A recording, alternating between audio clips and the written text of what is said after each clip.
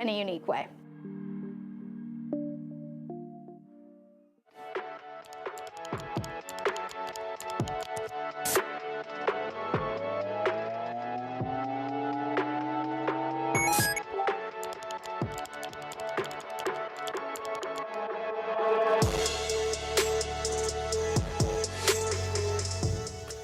Well, good morning, everyone. Glad that you are here the Sunday after Easter, which hopefully finds you in a really good spot because, man, we had an incredible Easter Sunday. If you were here last week, man, you saw God do some really cool things.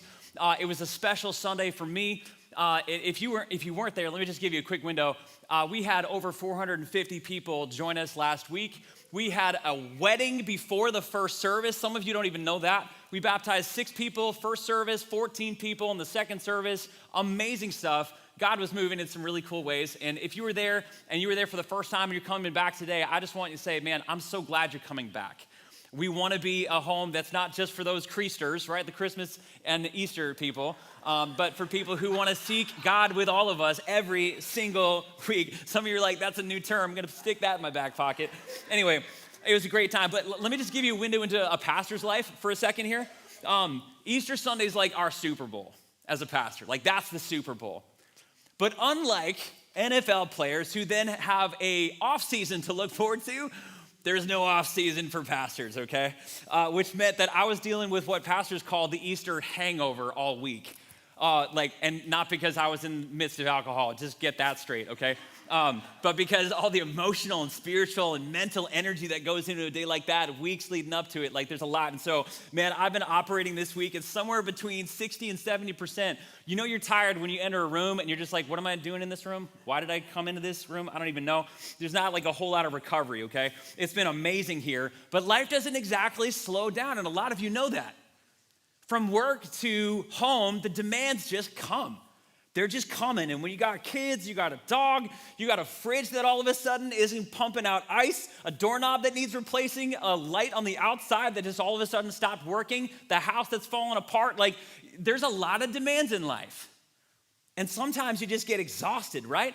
And if you're anything like me, sometimes you just feel like you're useful. You go from place to place to place and environment, and you're just the useful guy. It's hard to be human and give yourself permission to be human because you're just useful. The demands are always there. Now, it's not even just being useful that some of us find ourselves in, like you're just like a cog in the machine. Some of us feel replaceable. Maybe you'll resonate with this if you're a parent and maybe a guy in the room, all right? So when my kids were younger and Charity would go off to work or go do something else, they'd come up to me if they had a need and they'd be like, hey Dad, when's Mom coming home? And I'm like, she's gonna be away for a little bit. Can I help you? And they're like, yeah, when's Mom coming home? You know? I kind of feel like that placeholder. I don't know if like when they need comfort, when they need a Band-Aid, I mean, it's Mom, not me. Not Mom, not me. Anyway, it's a hard place to be when you feel only useful or replaceable. And some of you feel that way at your job. Some of you feel that way in your marriage. Some of you feel that way in your relationships right now. It's a dehumanizing place to be. Honestly, I think we're in a cultural moment right now, and this is the reason why we're starting this series called Human Reboot, where we're facing the real threat of technology maybe taking some of our jobs. Look, it is estimated by some circles that 30 to 40% of our jobs could be automated by the year 2030, maybe within the next decade. Some of us are facing that right now. 6 to 7% of the workforce right now are feeling threatened at least or replaceable when it comes to not just manual labor, but creative and thinking jobs. See, if AI can do it faster, better, cheaper, who needs people? That's the message out there. I mean, look, what's better? Let's be honest. It doesn't get much better than when you call a company and you get please press 1 if you want this option. Please press 2 if you want this option. And in your words, can you tell us what the problem is? And you're like, representative for the 30th time, right? Is there anybody? Yeah, okay. Look, here's what our world is telling us right now. If you're not useful, you're replaceable. If you're not doing something with enough output, you're not valuable. And so the question then becomes, well, where do we get our value? Where do we get our value? Now, I'm going to throw a picture up on the screen right here, a little QR code, because what we're doing through this whole series and every single one of these 8 weeks is we're going to tackle something different about technology, our over-dependence on technology and AI and everything. And I want your help with this, okay? We have a QR code on the screen. We'd love your input on this. You can feel free to pull out your phone, scan that QR code, and just give us your thoughts on how you're interacting with this stuff on a regular basis, because your input is actually going to find itself in my message every single week. Last week, there's a bunch of you that filled this out. And when we talked about the top emotion that was around AI, the dominant emotion that you guys shared with us was concern. In fact, some of the biggest fears around this are being replaced, becoming irrelevant, falling behind, not adapting, becoming less valuable as machines are taking over and over. And again, as one commentator put it, for the first time in human history, we're staring at a world where machines might outproduce us, outthink us, and in some cases outperform us. Now, I know some of you are like, that's not real. It's not going to be that. And others of you are like, I'm really, really concerned about this. Again, the biggest question we're going to talk about today, and I just want to clarify this right up front. I'm not a computer geek. I'm not an AI expert. But I want to take a real felt need that we're experiencing right now, and I want to turn back to what God's word has to say. And the question we're going to ask today is, where does our value come from? If we don't feel useful or valuable in our marriage, in our parenting, in our workplace, in our community, where do we find that? And to that, man, I want to turn to the Word of God. And so if you have your Bibles, we're going to be actually in Genesis 16. We've been working through the Gospels, looking at the life of Jesus for a long time. We're going all the way back to one of the earliest accounts. And I want to give you a heads up today as we talk about human worth and true dignity. The passage we're going to look at today is not going to be an easy one to read. Maybe some of you came in today and you got some objections about Christianity, maybe a skepticism about some of this stuff, and you even thought about the Bible as maybe outdated, irrelevant, maybe socially repressive. Like, we're going to hear some stuff in here that's not going to be easy for us to digest, and what I hopefully will be able to do is help us unpack this, help us actually know how to read the Bible, and then pull out of this, where do we find our worth, all right? Now that the caveats are all out on the table, here's where we go. Genesis chapter 16, we're going to read through the whole chapter, all right? The setup here is that God identified a couple people, Abraham and Sarah, a husband and wife combo, to be able to do something special in their life so that they would be a blessing to the whole world. And what we're going to read here is that these are deeply flawed, very broken people, okay? Watch this. Now, Sarai, this is her name before God renamed her Sarah. Sarai, Abram's wife, before he was renamed Abraham, had borne him no children. But she had an Egyptian slave, danger spot number one, named Hagar. And so she said to Abram, the Lord has kept me from having children. Go sleep with my slave. Wait, what? Perhaps I can build a family through her.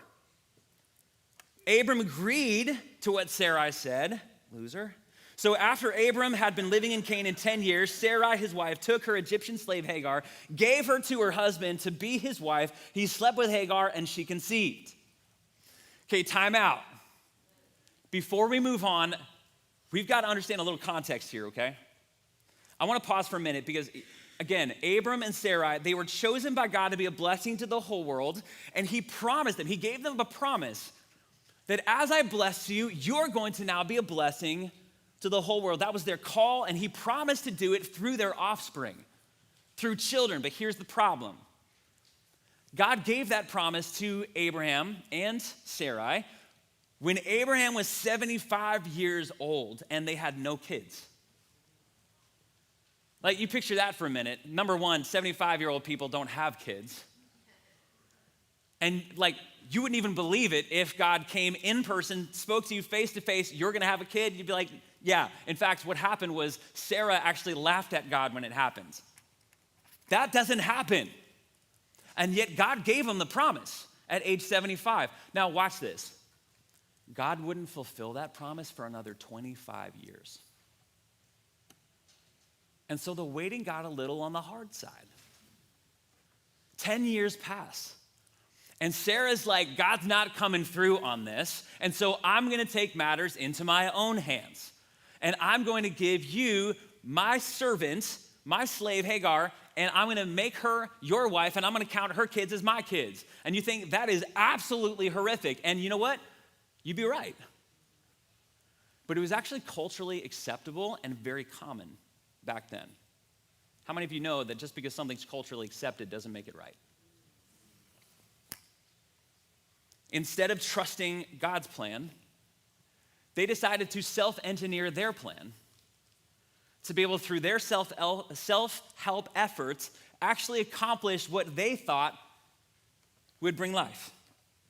And it doesn't go well. Watch how it continues. Now, when she knew she was pregnant, this is Hagar, the servant, the slave, she began to despise her mistress. Go figure.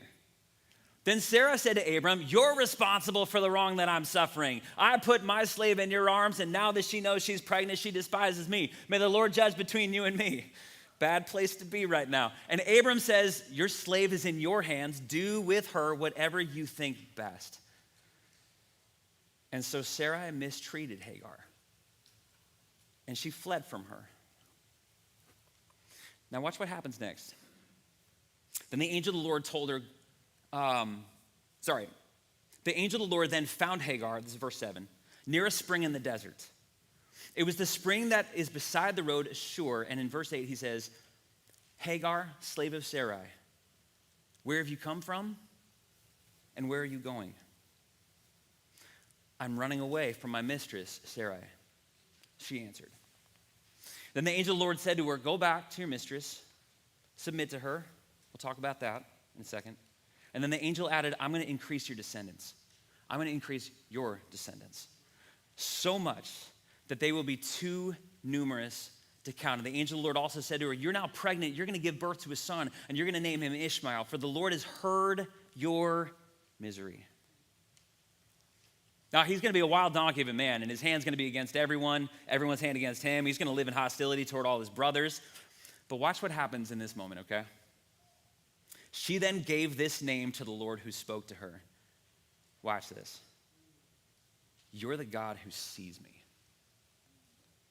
For she said, "I've now seen the one who sees me." That's why the well was called Be'er Lahai Roi, and it's still there to this day between Kadesh and Bered. So Hagar bore Abram a son, and Abram gave him the name Ishmael to the son she had born. Abram was 86 years old when Hagar bore him Ishmael. All right, buckle up. We just read a difficult passage. And for some of you that are like, maybe tempted to think we cherry-pick the Bible just to say the easy stuff, all the stuff that's palatable, guess again. We talk about the Bible because we believe the Bible is true, but that doesn't make it easy to read. We need to address these difficulties. Before we even move on to talk about how we find value, I just want to address some of the difficulties that we find in this passage, because I know some of us, that's the barrier. We're not going to be able to hear anything else until we address that, okay? Because some of you read something like this, or you hear something like that, and you're like, you see, this is why I don't go to church. This is why I don't read the Bible. It's socially oppressive, it devalues women, and it endorses slavery. Clearly, all of this is a hoax. Now, I want to begin by saying I understand the reaction. I do. I don't agree with the conclusion, though, that the Bible's actually advocating for all of this stuff. And I want to give you something really, really, really important as you read the Bible. Sometimes the Bible is merely descriptive when we think it's prescriptive, meaning it's sharing what happened, not what should happen. Just because it's talking about all of this doesn't mean that this is what God intended. In fact, it's quite the opposite in this text. They take matters in their own hands and everything starts spiraling out of control. That's one of the consistent messages we read throughout the Bible, is that when we try it our way, things kind of fall apart. So sometimes it's descriptive rather than prescriptive. Second, God often comes in the middle of a very broken system. Very broken system. This is not God's ideal. And when you find yourself in reading through places like this, you have to kind of deconstruct the text a little bit to understand what was going on in the first century. Again, this was very common, not even in the first century. This was thousands and thousands of years ago. in an extremely inhospitable world, especially to women who had lost everything. This is an Egyptian woman outside of Egypt. We don't know what happened to her, but it's likely that she lost everything in her family. And instead of being a lonely woman on her own in the middle of a very inhospitable place for a woman, it would have been easier for her to say, you know what, I'm gonna sell myself to someone who's got a whole lot of means, because it's better to be a slave to someone who's got stuff than to be on my own where I can get taken advantage of. This was broken. Everything about this story is broken. God's not advocating for it. And third, I want to articulate real quickly, and if any of you have more questions about all of this, please put it in your connection card. I would love to give you a whole lot more. I wish I could go on forever about what the Bible has to say about this. I just don't have the time for it today, okay? But number three, the trajectory of the Bible completely condemns not only this kind of oppression, but slavery in particular. The people of Israel were led out of slavery because that was not what God's plan was. When they were given the law, inside the law are things on human dignity, human rights that should be applied to every single person. When Jesus sacrificed, he became a servant, a suffering slave for us so that he would set us free. That was God's intention. And then one of the followers of Jesus, a man by the name of Paul, wrote a letter to a guy named Philemon who in the first century had a slave, and he says, not anymore. I don't want you to treat him as a slave anymore. I want you to treat him as a beloved brother. That was the words that he wrote. And so the whole trajectory here was not slavery. It doesn't endorse that, even though in America we have a history of people who called themselves Christians and endorsed slavery based on the Bible. They didn't read it right. The whole trajectory was freedom. In fact, that's what led men like William Wilberforce in England to not only dedicate his life based on his faith in Jesus Christ to the abolition of slavery, the African slave trade, for his entire life, but when people slammed him in England because that was socially unacceptable to advocate for the abolition of slavery, when they slammed him for being religiously fanatical, this is how he responded. He says, if to be feelingly alive to the sufferings of my fellow creatures is to be a fanatic, I'm one of the most incurable fanatics ever permitted to be at large. That wasn't despite his faith, that was because of his faith, because he knew how to read the Bible. But the second thing I want to make really clear about the Bible before we move forward is that Abram and Sarai get this horribly wrong. They're supposed to be heroes, but they get this horribly wrong, horribly wrong. And another thing that I want to just kind of clarify real quick as we approach the Bible is that some of us approach the Bible as if it's full of stories of heroes that we're supposed to emulate. Can I tell you that the Bible is full of spiritual failures and a God who gives us grace we don't deserve? That's the hero of the story. Not us. The hero of the story is God. Tim Keller put it this way: the Bible is not a book of virtues as much as it's a book of gospel. It's not a series of stories of moral exemplars. It's a record of God's intervening grace into the lives of people who don't deserve it, who don't seek it, who continually resist it, and don't even appreciate it after they've been saved by it. You see, even the very best human beings in the history of the world are moral and spiritual failures. Friends, that's the bad news today. That's all of us in this room. But the good news is that God shows up for people like us. He's got a new story to write. And he has at least 3 invitations for us today as we look at where we find our value, where we find our worth, all right? And the first one is this. It's in your notes. Number 1, we have to resist the lie that I'm only as valuable as I am useful. Resist the lie that I'm only as valuable as I am useful. Again, Abram and Sarai get this horribly wrong, and what they do is they treat Hagar, this slave, this Egyptian slave, they treat her as if she's only valuable if she's useful. She wasn't just a servant, she was property to them. Her body wasn't her own, it was now used and owned by someone else for their benefit, not hers. Her value was communicated as entirely functional. Produce a child and you'll be valuable to us. That was it.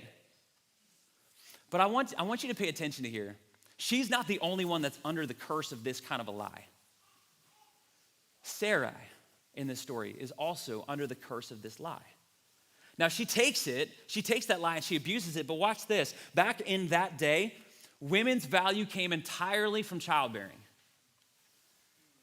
This is an 86-year-old woman who has no kids. Her entire life, she's been force-fed this lie.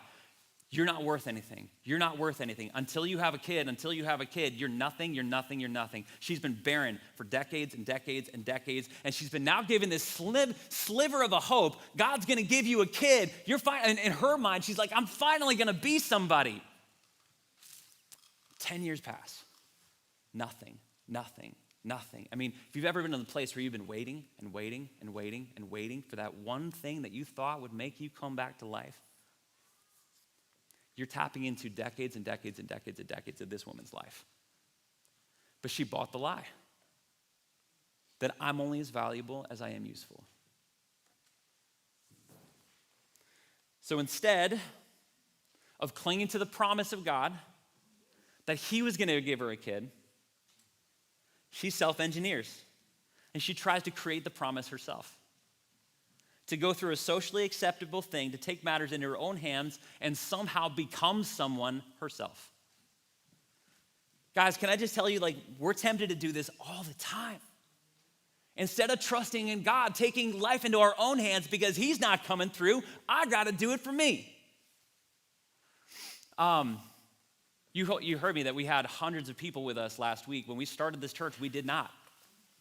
In fact, one of the people who's been with us from the very beginning sent me a picture of one of our worship services back in July of 2021, not that long ago. You know how many people were in the seats? It's like 15, okay?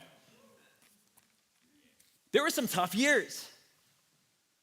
And I wish that I could tell you right now that I was super strong and handled it all well. In our world that tells you you're only as valuable as what you produce, especially if you're a man, there were Sundays I went home and I'm like, I think I'm a failure. Not just that I did fail, but I am identity. I am a failure. And so in those days, man, it was tempting for me to take matters into my own hands and to just crack the whip on myself, work early, work late, do whatever we can to be able to reach people. And I was half in a good motivation. Like the reason we started this church was so that we could help people find God. Great motivation. Flip side of the coin, bad motivation. Maybe I'll finally be somebody if we do. The problem was, when you buy into that lie, not only do you hurt yourself, you tend to hurt other people. You see, in those days, it was actually easy for me to not only work really, really hard myself, but to actually put a lot of pressure on the volunteers because we just weren't reaching enough people. Man, I want to begin to pretend like that we didn't burn people out in the early years we did. But it was because I was believing the lie that we're only as valuable as we are useful. God had to do an incredible work in my life. Because this is what happens every time. We buy the lie, man, it is disastrous. Its effect on our lives and on the lives of other people is disastrous. When Sarai bought this lie, she then starts abusing Hagar. And when Hagar, watch this, she didn't even resist the first moment. She runs away eventually when she starts getting abused physically, when Sarai starts mistreating her. But she didn't resist at first because, again, this was culturally acceptable. She went from slave status to actually being a wife of someone who had a whole lot of money. And she was pregnant, and so she now starts despising Sarai, being like, you see, I'm somebody now. It doesn't go well when you buy the lie that you're only as valuable as you are useful. You see, what happens when that happens is that when our worth is based on our usefulness, relationships become competitive. You start comparing yourself to other people. People become tools. Relationships become transactions. Responsibilities get passively avoided, which, by the way, did you notice that? Abram was a 0 in this story. Just gave into it all. Bad things happen when we buy the lie. But this is the pressure that we live in this world, isn't it? Look, when we go to a party, and you're meeting people for the first time, what's one of the first questions that they ask you about who you are? What do you do? And based on what you do, you either feel superior or you feel wildly inferior in that moment. Isn't that right? Because what are people doing? They're measuring you right now. Oh, is this somebody or is this a nobody? You're a stay-at-home mom. Do you do anything? You're a delivery guy for Amazon? Really? I've had people ask me when they hear that I'm a pastor. They're like, oh, what else do you do? For real, that's the follow-up question. What else do you do? There were moments in my life, man, where I wasn't making enough money. I had an undergrad degree and I had a graduate degree, and I was driving pizza drives for Domino's. And I'm telling you, when you got an undergrad degree and a master's degree, and you're donning the Domino's delivery jersey, you're feeling pretty good about yourself.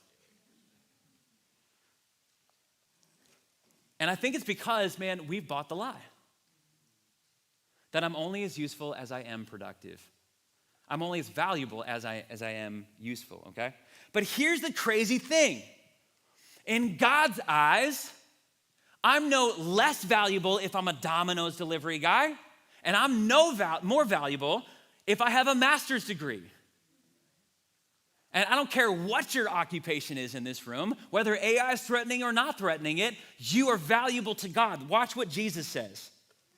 Jesus says this in Matthew 10, 29 through 31. He says, "Are not two sparrows sold for a penny? Yet not one of them will fall to the ground without your Father's care," meaning God sees every single one of us. Watch this. "And even the very hairs of your head, they're all numbered. So don't be afraid. You are worth more than many sparrows." Some of you need to hear that today. Because when you go home and you look at yourself on Monday morning, the image staring back at you says, "I'm worthless." Not to God, you're not. Not to God, you're not. We live in this crazy world that tells us you're only as valuable as you are useful. But I'm telling you right now, it is a shaky foundation to build your life. Because for Sarai, childbearing wasn't guaranteed, and it couldn't hold the weight of her expectations. How many of you know that even just because you have kids doesn't make you somebody? It can't hold the weight of your life. And some of us, we reason that if we had what our culture deems as the most valuable thing in the world, we'd finally be somebody. Watch this. The great theologian, actor Jim Carrey, at one moment, speaking to the Hollywood elite, this is what he said when he was about to accept an award. He goes, and he's speaking entirely sarcastically when he said this. He goes, "When I go to bed at night, I dream of not just being anybody. I dream of being 3-time Golden Globe winner Jim Carrey. Because then I'd be enough. Then I can stop this terrible search." He says, this is what I'd hope. He says, "I think everyone should get rich and famous and do everything they ever dreamed of so they can see that it's not the answer." Is it possible that we're making the false assumption? It's time to stop buying the lie. So man, if it doesn't come from these things, the question now comes, where does it come from? If we're looking for identity and worth, where does that come from? Where does it come from? Here's the second invitation for us today. We got to embrace my identity and my worth as made in the image of God. My identity, and our worth, it's made in the image of God, period. Because here's where the whole story turns, guys. The whole story turns. So after Abram gives into his wife's craze, her madness, and he's like, "Just do whatever you want," and she starts physically abusing her, Hagar runs. She becomes this runaway slave. She's got no idea where she's going. She's pregnant, she's lost, she's abused, she's alone, but she's gone. She's running, and she has no idea where she's going. She is vulnerable in that moment, and in that moment, that's where God finds her. That's where he finds her. The angel of the Lord seeks her out, finds her in that lonely, desperate place. And watch this.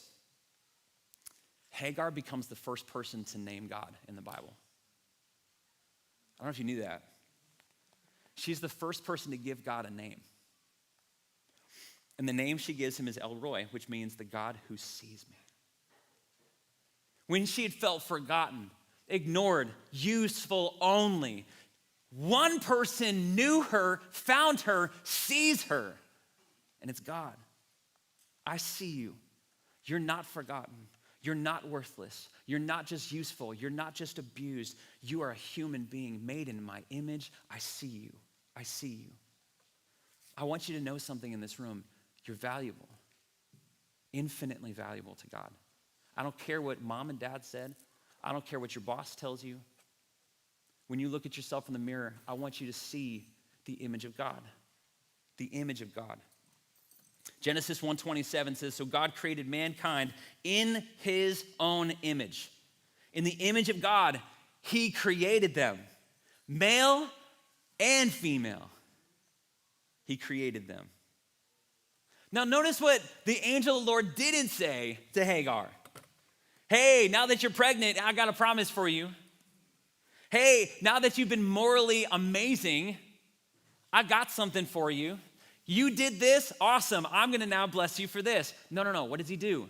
All he says is, I've seen your misery. You see, God wasn't looking for performance, he was looking at pain. Because he saw his kid. And he saw that his kid was hurting. I want you to know God sees you because you're his child, because you're a human being, not because you're useful, not because you performed your way into his grace, but because he made you. And God treasures the things that he makes. And God speaks value over you. You are valuable because he made you, because he says you're valuable, period. Sarah and Abraham, what they did is they valued outcome over person. God chose person over outcome. And he chooses you and me that way too. This is what led the psalmist in 139, 13 through 14 to say this. As he's discovering this love of God for him, he says, for you created my inmost being. You knit me together in my mother's womb. I praise you because I'm fearfully and wonderfully made. That even if we're not useful, which is something our world needs to hear right now, because there are certain segments of the population that are not deemed valuable. The elderly and the unborn, to name a few. God says, just because people don't think you're valuable doesn't mean you're not. You have inestimable, infinite value because God made you and says you're mine. You're made in the image of God, period. Our value doesn't come from what we do. It comes from God making us and speaking that over us. And he doesn't come through for us because we performed our way into his grace. He meets us often in our lowest moments. If you were here last week, man, you heard a whole lot of baptism stories of people who went public with their faith. And if you notice the theme in every single one of those stories, did you notice where God got a hold of people's attention? Was it in their best, brightest, most powerful moments? Man, it was often when they came to the end of themselves. In the middle of a depression, in the middle of going through anxiety or addiction, broken places, feeling lost, abandoned, accused, like hurting physically, needing something, needing a rescue. That's where God meets us. Because what he wants you to know in the lowest moment is you're still valuable when you've got nothing. I love you because I love you, period. Not because you performed well. You're mine. In the moment that we cry out and ask God for help, that's when he comes in. Not because we're great, but because he is. He's the hero of the story. And I love the two questions that the angel of the Lord asks Hagar in her lowest moment. Where did you come from? And where are you going? Meaning, can you evaluate what you've been assuming will give you life and status and significance? Just like everything from the past. Like you have a moment right now, fork in the road. That's everything back there. I want you to just evaluate, where did you come from? What were you assuming? But now, where are you going? Because there's a path forward here, and I'm inviting you into it. Will you find all of your worth in me? Will you find all of your worth in me? Guys, I don't know where the future of technology is going to go. I don't have a window into that. I don't know if half of our jobs are going to get replaced or if they're not. And I don't know if you're going to struggle with that or not. But here's what I do know. No matter what job you have or don't have, your God thinks you're infinitely valuable. Whatever you do, whoever you are. And he thought you were so valuable that he made you in his image. By the way, AI, not made in the image of God. You are, though. He thought you were so valuable that he gave his life for you. And would have if you were the only person on planet Earth. That's how much you matter to God. In fact, Jesus, seeing the enslavement that you and I find ourselves in, buying this lie that you're only as valuable as you are useful, didn't only come into this world to come rescue us, but he became a slave. He took on our condition. He took on our punishment. And when he hung on the cross, humbling himself to the worst of punishments reserved for the worst of the worst, that's when he gave us freedom. See, Hagar was forced into slavery and suffering. Jesus willingly chose slavery to set us free. Hagar was mistreated by broken people. Jesus died for broken people. Jesus became someone the world would see as useful at best, disposable at worst, so that you and I would never have to question our value again because God made you in his image. That's how much he loves you. The question is, do you believe it? Do you believe it? All right, there is one more moment that I want to draw our attention to real quick. One more hard moment here. Because if you notice in the text, God didn't exactly invite Hagar to an easy road moving forward, did he? He says, you're mine, you're valuable, I've got something for you, and he promises her descendants, which was wildly valuable in that moment, meaning, I see you and I've got a great future for you, but oh, by the way, I want you to go back and submit to her. Wait, what? Submit to the one who abused me? Like, if that's hard to hear, I want you to know that should be troubling. It should be hard to hear. What I also want you to hear, though, is that in chapter 21, God actually ultimately sets her free. And she does walk away from all of that oppression and that slavery. And then she and her son Ishmael, when he's old enough, they actually become this nation that today is still around. There's a whole lot more to that. But what God was not saying to Sarai in this moment is, hey, I want you to just go back and submit to abusive situations. Some of you right now, like, you're in abusive situations. And what God is not telling you right now is just stay in that. Like, if your marriage is a mess and abusive, like, please walk out. Please. But what he is saying is that there are going to be many moments in life that are going to feel dehumanizing. We need to step up and trust God in the middle of all that and know that he's got a path forward for us. I'm not going to even pretend to tell you why you're going through what you're going through right now.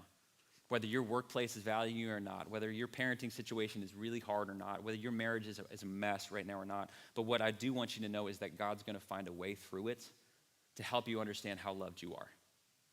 He says go back for a time. Like, this is not going to be an easy path in the short term, but trust me, when you follow me and you can go back into those situations, I'm going to do something more than you thought possible. And he does that in her life. Because when you and I determine that our worth is not in what we do or how people see us, but in God, it not only changes us from the inside out, but it actually changes the way that we interact with other people, even the people who are hard to us. And that's the last invitation here is this. When we receive our value from God, now we can treat everyone as inherently valuable. We can treat everyone that way. Everyone. Let me prove it to you. Frederick Douglass, who is an escaped slave here in America, turned abolitionist and radically intellectual, was struggling with everything that he went through as a slave, wrestling with it, wrestling with the abuse, wrestling with all the tragic, horrific things that ever happened to him. And he was pouring his heart out to an older black mentor in his life. And his black mentor, man, turned to him and said, I want you to do this. I want you to cast all your cares on God. That was the invitation. And this is how Frederick Douglass responded. He said, this is what I sought to do. And though for weeks I was a poor, broken-hearted mourner, traveling through doubts and fears, I finally found my burden lightened and my heart relieved. And watch this. And I loved all mankind, slaveholders not accepted. Though I abhorred slavery more than ever, I saw the world in a new light. And my concern was this. I wanted everyone converted, meaning I want everyone to know God. Because he's the one who sets us free. Not the conditions around us, but when we invite his love into our life, we can get so radically transformed that it can now pour that love into the people around us, even the hardest people to be around. I know your boss is a slave holder. Like, I know the work conditions you're in, the marriage situation. Like, I know it's rough. God says, my love is more. I've got something more for you. And I can change you on the inside and actually empower you to love the people around you, even the people that are hard to love. Look, robots might take over a whole lot of our jobs. I don't know. But I do know this. A robot will never care for your soul. God will. And he then wants to empower you and me to love the people around us in a human way. Robots might simulate relationship. They'll never replace relationship, ever. our God loves us. And he wants us to be so transformed that then we now become love to the people around us. The warning in this story, don't miss it, is that if our value comes from what we do, then we'll be tempted to view people as tools to be abused, competition to be dominated and exploited, transactions to use to our own profits, and to elevate ourselves as feeling superior rather than inferior. But God says, I want to do something amazing in your life so that all of that goes away and you can love the person in front of you. That's how transformative his love is, okay? This is what would lead the Apostle Paul to put it this way in Galatians 3. He says, so in Christ Jesus, you all are children of God through faith. For all of you who were once baptized into Christ have clothed yourselves with him, meaning that when God sees you, he sees his perfect son. Therefore, there's neither Jew nor Gentile, watch this, neither slave nor free, male or female, you are all one in Christ Jesus. If you belong to him, then you're Abraham's seed, not, watch this, heirs according to the promise, not self-engineered existence, but children of the promise. Children of the promise. You see, some of us right now, you're in service industries that the world around us thinks are weak, less valuable. By the way, if we don't have like people checking us out at grocery lines, does our society actually stand? If we don't have delivery drivers, are you going to get that package in 6 hours? If we don't have moms, let's go somebody. God says you're valuable and what you do matters infinitely, infinitely. Let me just speak lastly to the leaders in the room. Some of you are company owners, you're leaders in your industry. I'll just say this, parents in the room as well. We need to treat everyone as inherently valuable, period. Not just for what they do, but for them as human beings. John Lennox put it this way. He says, one cannot help admiring those rare companies that keep staff on rather than replace them with machines, even though it costs them more. Because the flourishing of their workforce as people is of more value to them than increasing their profit margins. Friends, could you imagine right now if we as followers of Jesus understood that our worth comes from him and then it transformed the way that we love other people around us? That we valued our coworkers, we valued our kids, we valued our marriage, we valued everybody, our neighbors, simply because we know that God values us.